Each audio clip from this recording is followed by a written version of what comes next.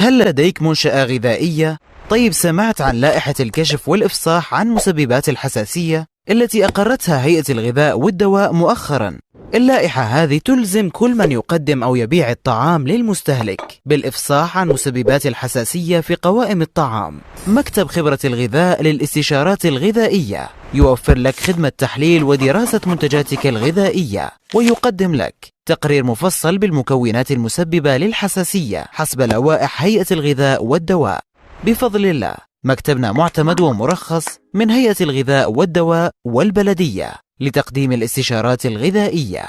نفخر بأننا قدمنا خدماتنا الاستشارية لأكثر من 250 منشأة غذائية على مستوى المملكة، ونضمن أيضا دقة النتائج وسرعة الإنجاز.